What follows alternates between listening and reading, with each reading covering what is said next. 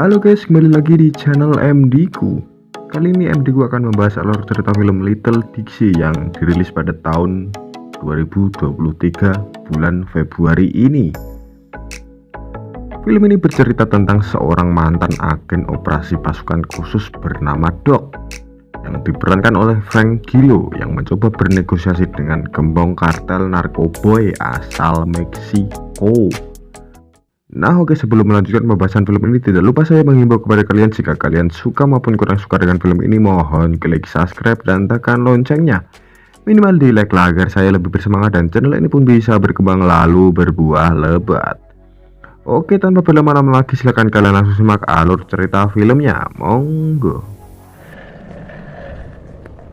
Di awal film kita akan diperkenalkan dengan seorang mantan agen operasi pasukan khusus bernama Doc Alexander. Saat itu ia tengah menyaksikan seorang kartel dari Meksiko yang akan dihukum mati di Amerika atas kasus pembunuhan beberapa warga sipil.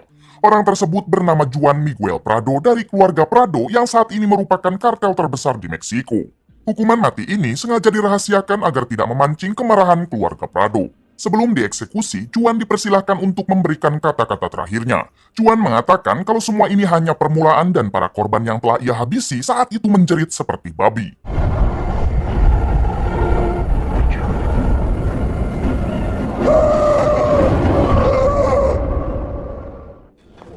Wait. Keesokan harinya, Doc menemui rekannya yang bernama Billy Ross untuk membahas misi mereka. Diketahui misi tersebut yaitu membuat kesepakatan dengan keluarga kartel Prado agar mereka tidak berbisnis barang haram di Amerika. Dan orang yang memerintahkan Doc serta Billy Ross tak lain adalah sang gubernur. Bersamaan dengan itu, Doc dikagetkan dengan berita di TV yang mengabarkan tentang jalannya eksekusi Juan kemarin. Padahal seharusnya hal tersebut sangat dirahasiakan. What is he doing? Kemudian disusul dengan wawancara sang gubernur. Ia mengatakan kalau keluarga Prado berani masuk ke Amerika, maka sang gubernur akan dengan senang hati menghabisi keluarga kartel Prado. Sang gubernur juga mengatakan kalau ia siap berperang dengan para kartel. Mendengar hal itu, Doc dibuat khawatir karena kartel Prado sebelumnya telah sepakat akan berhenti berbisnis di Amerika. Namun karena ulah sang gubernur, maka kesepakatan itu akan berantakan, padahal sang gubernurlah yang dulu memerintahkannya. Di sini Billy Ross memberitahu kalau sang gubernur sekarang terkena skandal korupsi dan ia mencoba menghilangkan isu itu dengan memberantas para kartel. I was a prosecutor in the Prado case for Governor Jeffs. I made allegations of corruption. We don't know what we don't know. We just executed Prado's brother, and now he's going to take a victory. He's lap gonna with look up the in crime Dodgers. and the cartel. Jesus, you look like shit. Well, I've been up all night. Siang harinya terlihat Doc menjemput putrinya di sekolah untuk diantarkan pulang ke rumah ibunya. Sebelum itu, Doc menyempatkan makan bersama dan bertanya kabar tentang keadaan di rumah. Karena ternyata Doc sudah bercerai dengan sang istri dan putrinya sekarang tinggal di rumah mantan istri Doc. And what it's like to have a dad who served in the CIA. What? It's expensive. I've been saving up.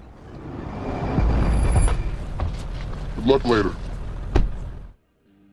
Adegan beralih ke Meksiko dan di sini kita akan diperlihatkan dengan keluarga Prado. Mereka yang juga mendengar wawancara si gubernur tentu merasa sangat dihinakan, apalagi sang gubernur telah terang-terangan mengeksekusi Juan, saudara mereka.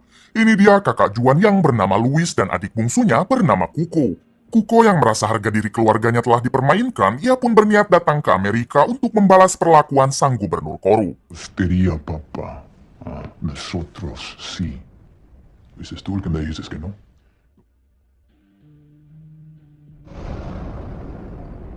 Malam harinya, Doc kembali bertemu dengan Billy Ross. Di sini mereka tampak cemas karena jika sang gubernur tidak segera meminta maaf kepada keluarga Prado, para kartel pasti akan bertindak kejam. Billy Ross dan Doc takut kalau keluarga mereka juga akan jadi sasaran para kartel Prado.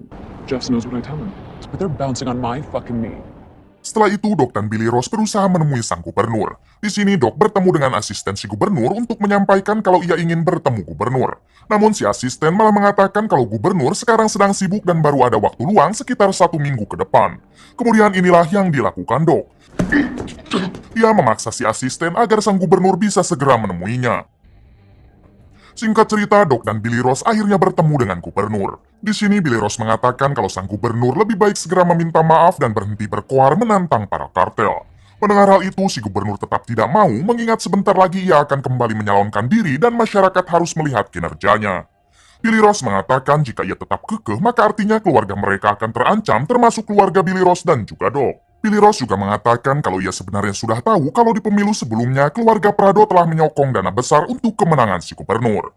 Pada akhirnya si gubernur memutuskan akan memikirkannya dulu atas saran yang diberikan Billy Rose. Doc, can we have a minute? Beberapa hari kemudian, Doc belum juga menerima kabar mengenai langkah selanjutnya yang akan dilakukan si gubernur. Untuk itu, Doc mencoba mendatangi rumah Billy Rose.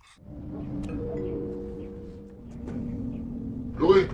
Sesampainya di sana, Doc masuk ke dalam dan ia dibuat kaget karena Billy Rose dan adiknya kini telah koit. Setelah itu, Doc pergi dari sana dan ketika di jalan, ia mencoba menghubungi asisten si gubernur. Ia menanyakan mengenai apa keputusan yang akan diambil oleh bosnya. Si asisten memberitahu kalau gubernur sudah tidak mau lagi berurusan dengan Doc dan ia tetap akan pada misinya yaitu menantang kartel Prado. Menurut si gubernur, isu mengenai dirinya korupsi akan membuatnya kalah di pemilu dan untuk itu ia akan berusaha keras mengalihkan isu tersebut dengan menantang para kartel. Doc meminta agar disambungkan dengan si gubernur namun asistennya malah langsung mematikan sambungan telepon tersebut.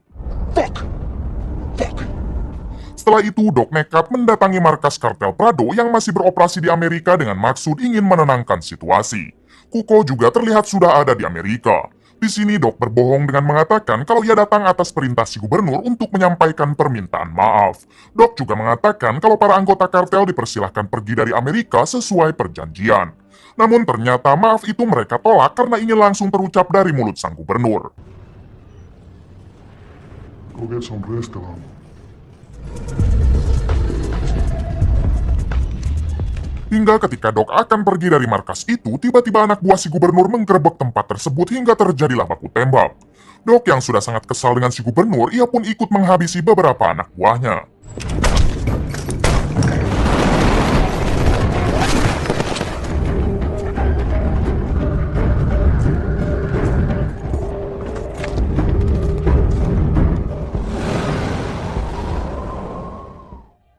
Malam harinya terlihat si asisten tengah berbincang dengan sang gubernur. Di sini kita akhirnya diberitahu mengenai niat si gubernur menyuruh Doc dan Billy Rose menjalin kesepakatan dengan para kartel, yaitu agar para kartel mau keluar dari Amerika secara baik-baik dan setelah itu ialah yang akan memegang peredaran di kota ini. Namun karena si gubernur sekarang terkena skandal korupsi, ia pun akhirnya memilih terang-terangan melawan para kartel. Selain ia bisa menguasai wilayah peredaran, ia juga bisa menarik simpati dari masyarakat. We're sure we want to do this. We're going to take on the cartel and win, Clark. Ketika si asisten akan pulang, tiba-tiba ia dikagetkan dengan keberadaan Kuko yang sudah ada di dalam mobilnya. Kuko mengikat si asisten ke jok mobil lalu bertanya apa tujuan dari si gubernur. Si asisten mengatakan kalau ia tidak tahu menau mengenai semua hal tersebut. Kemudian Kuko menyuruhnya berdoa lalu inilah yang dilakukan Kuko. Oh my God! Please! Keesokan siangnya, tiba-tiba Doc dihubungi oleh Kuko. Kuko menganggap kalau Doc dan si gubernur terus saja mempermainkan anggota kartelnya. Doc menjelaskan kalau ia sudah tidak ada hubungannya lagi dengan si gubernur. Namun hal itu sudah terlambat karena sekarang Kuko sudah menculik putri Doc.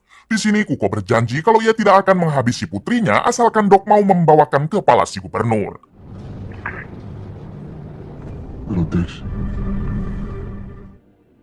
Setelah itu, Doc mendatangi sebuah rumah milik seorang pria bernama Carl. Awalnya Carl tidak mau membukakan pintu rumahnya untuk Doc. Namun setelah diancam akan didobrak, pada akhirnya Carl membiarkan Doc masuk. Diketahui Carl ini adalah salah satu partner si gubernur serta mantan anggota kartel. Di sini Doc bertanya mengenai siapa Kuko sebenarnya karena Kuko telah menculik putri Doc. Carl mengatakan kalau Kuko adalah adik bungsu dari keluarga Prado yang terkenal kejam bahkan di Meksiko ia dijuluki sebagai boogeyman. Kemudian Carl bertanya apa yang diminta para kartel atas penculikan anaknya tersebut. Doc menjawab kalau mereka menginginkan kepala sang gubernur. Doc yang sadar kalau Carl pasti akan mengadukannya kepada si gubernur, ia pun langsung menghabisi Carl. What?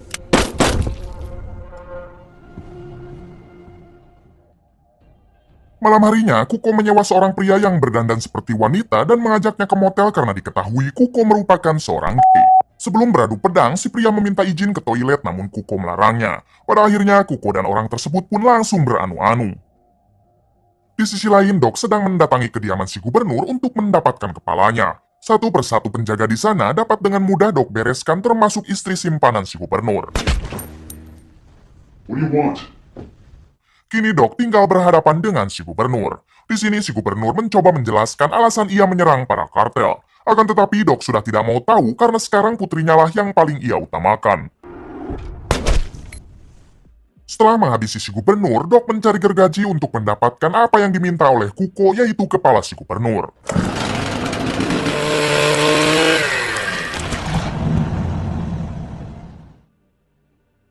Kemudian Doc yang sudah membawa apa yang diinginkan Kuko, ia pun langsung menghubunginya. Kuko mengatakan kalau Doc bisa menemuinya di sebuah motel dekat perbatasan Amerika-Meksiko esok hari pada jam 8 pagi. Ketika Kuko kembali masuk ke dalam kamar, ia dibuat kesal oleh pria sewaannya karena telah berani membuka pintu toilet yang ada di dalam kamar. Kuko yang merasa tadi sudah melarangnya, ia pun tanpa pikir panjang langsung menghabisi pria tersebut. Ternyata yang ada di dalam toilet kamar motelnya tak lain adalah Putri Doc. Setelah itu, Kuko membawa jasad pria sewaan itu untuk dibuang ke dalam tong sampah yang ada di luar. Beberapa pengunjung motel sempat curiga kepada Kuko, namun Kuko mengatakan kalau orang ini sedang mabuk parah. Di balik itu, Doc menunggu pagi sambil istirahat di sebuah bar dan terlihat ia juga membawa tas yang berisi kepala si gubernur. Tak lama dari itu, Doc dihubungi oleh mantan istrinya untuk menanyakan apakah Doc sudah menemukan anak mereka. Doc menjawab kalau ia selalu mengusahakan agar putrinya bisa cepat kembali. Adegan beralih lagi ke Kuko yang sekarang sedang memberi makan Putri Doc. Di sini Putri Doc bertanya kenapa Kuko tega menghabisi pria tadi. Kuko mengatakan kalau pria sewaannya tadi sudah melanggar perintahnya. Kemudian Putri Doc juga bertanya sejak kapankah Kuko mulai menghabisi orang-orang. Kuko menjawab kalau dari sejak kecil ia sudah brutal dan ayahnya yang merupakan pemimpin kartel sangat bangga kepada dirinya. Sayangnya ayah Kuko meninggal saat Kuko berusia 12 tahun. My father, he always made sure I was taken care of. Knew I was the best. Tak lama dari itu, Kuko mendengar suara berisik dari luar dan Kuko pun langsung mengeceknya. Ternyata pengunjung motel yang tadi melihat Kuko membawa si pria sewaan telah mengadu kepada resepsionis. Merasa sudah tidak aman, Kuko segera membawa Putri Doc untuk segera pergi dari motel tersebut. Get in the fucking trunk. Namun saat sedang menyuruh Putri Doc masuk ke dalam bagasi, orang-orang yang tadi memergokinya hingga inilah yang dilakukan Kuko.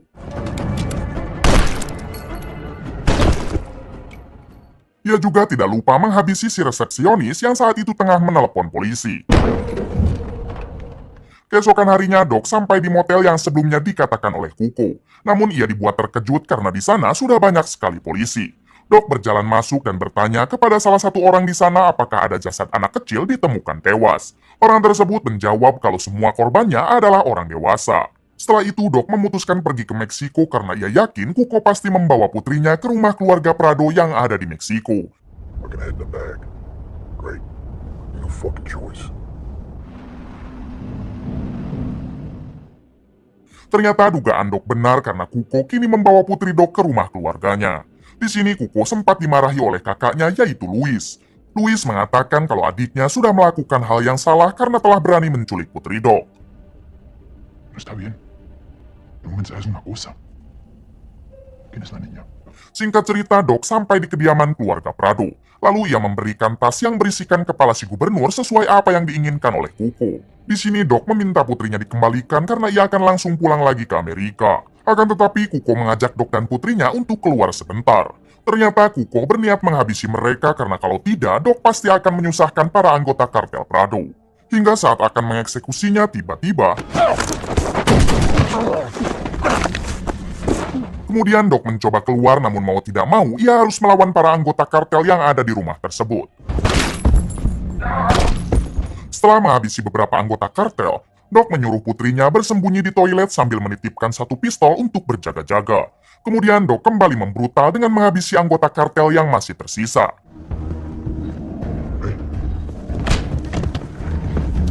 Ay, amigo.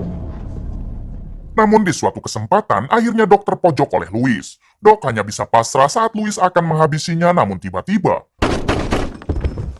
ternyata yang menembak adalah putri Dok. Setelah itu Dok pulang dan terlihat ia masih membawa tasnya. Di tengah jalan Dok berhenti dan menyuruh putrinya untuk menunggu.